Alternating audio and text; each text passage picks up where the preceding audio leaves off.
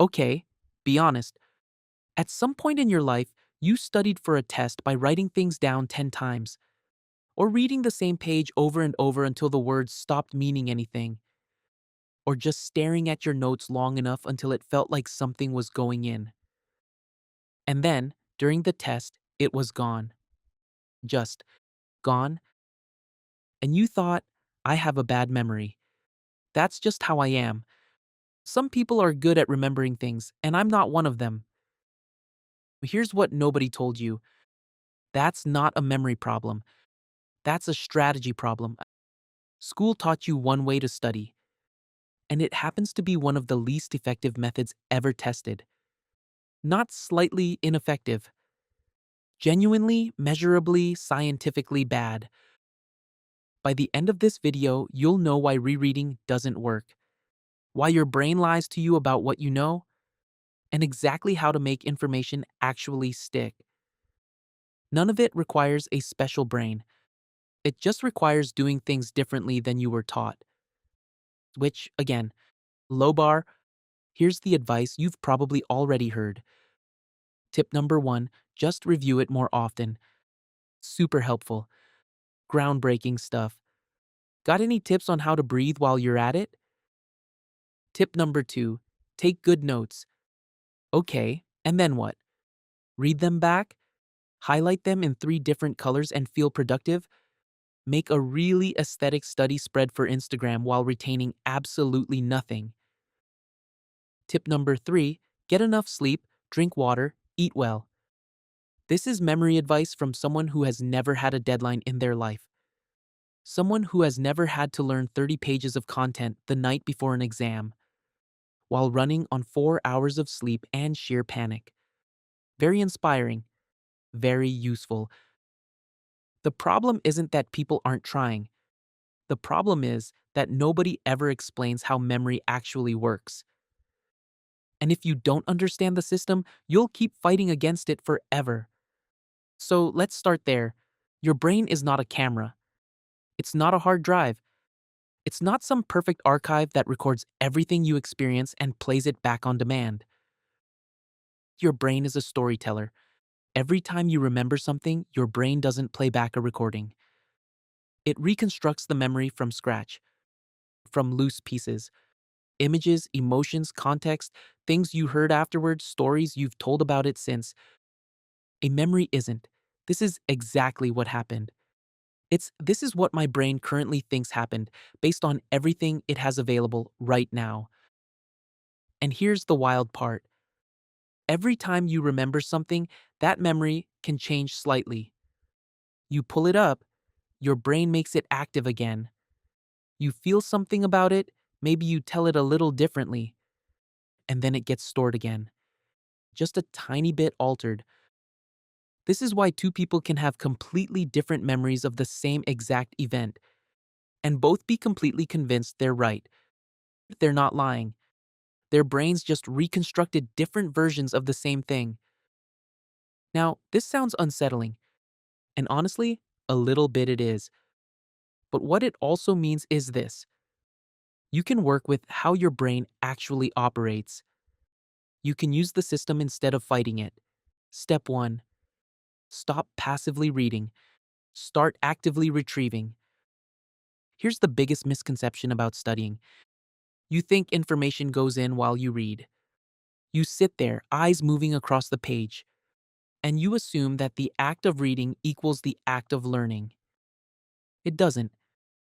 Information only actually sticks when you pull it back out of your brain. The struggle of trying to remember something, that's not a sign that you haven't learned it yet. That struggle is the learning. That's what tells your brain, this is important, hold on to this. This is called retrieval practice. Here's how you do it. Read something, then close the book. Put away your notes. And try to write down from memory everything you just read, without looking. It will feel uncomfortable. You'll know way less than you thought you did. That's fine. That's the point. Do it anyway. The app that turns this into a system is called Anki. It's free. flashcards, but with a smart algorithm that tracks exactly when you're about to forget something and shows it to you right at that moment. Not before, not after. It's called spaced repetition. It is the single most well researched memory technique that exists, when almost nobody uses it because it's slightly less satisfying than color coding your notes. Step 2, give your brain something to grab onto. Your brain remembers images, places, and stories dramatically better than dry information. This isn't a preference, it's just how the hardware works. That's the entire reason the memory palace technique exists, and people have been using it for literally thousands of years. Here's how it works.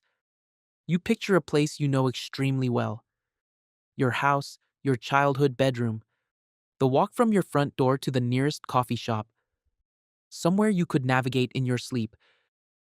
Then you place everything you want to remember somewhere specific in that space, but as a weird, vivid, exaggerated image. The stranger the better. Your front door gets kicked in by a giant screaming banana. In the hallway, there's a cat in a business suit doing a PowerPoint presentation. In the living room, your couch is on fire, but nobody seems concerned. In the kitchen, a jug of milk explodes in slow motion. And in the bathroom, there's just a penguin, standing there, making eye contact. Ridiculous? Completely. Memorable? Absolutely. Your brain was built for narrative and imagery. It was not built for bullet points on a slide. Work with that. Step 3. Stop trusting the feeling of "I've got this." This is genuinely the most dangerous part of the whole process, and almost everyone falls for it. You've read something a few times. It sounds familiar. It feels like it's in there somewhere. And you think, yeah, I know this. I'm good. That feeling is lying directly to your face. Being familiar with information is not the same as being able to use it. Your brain confuses the two constantly. It's called the fluency illusion. You recognize the words, so your brain signals known. But recognition is not recall. And in any real situation, you need recall. The test is embarrassingly simple. Put everything away and explain it out loud. To a friend, to yourself, to your dog, to a houseplant. Doesn't matter. The moment you get stuck, that's the gap. That's what you don't actually know yet. That's where you go back. This is called the Feynman technique. Richard Feynman, Nobel Prize winner, genuinely one of the smartest people of the 20th century. His rule was simple: if you can't explain it simply, you don't understand it yet. Full stop. Step 4. Make it emotional, surprising, or personal. Emotion doesn't make a memory more accurate, but it makes it significantly stronger. Your brain prioritizes information that feels like something.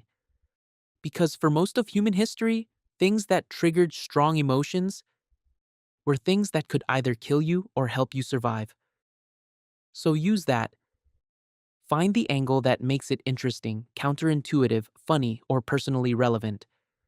Connect it to something you already care about. Build a story around it, even a dumb one.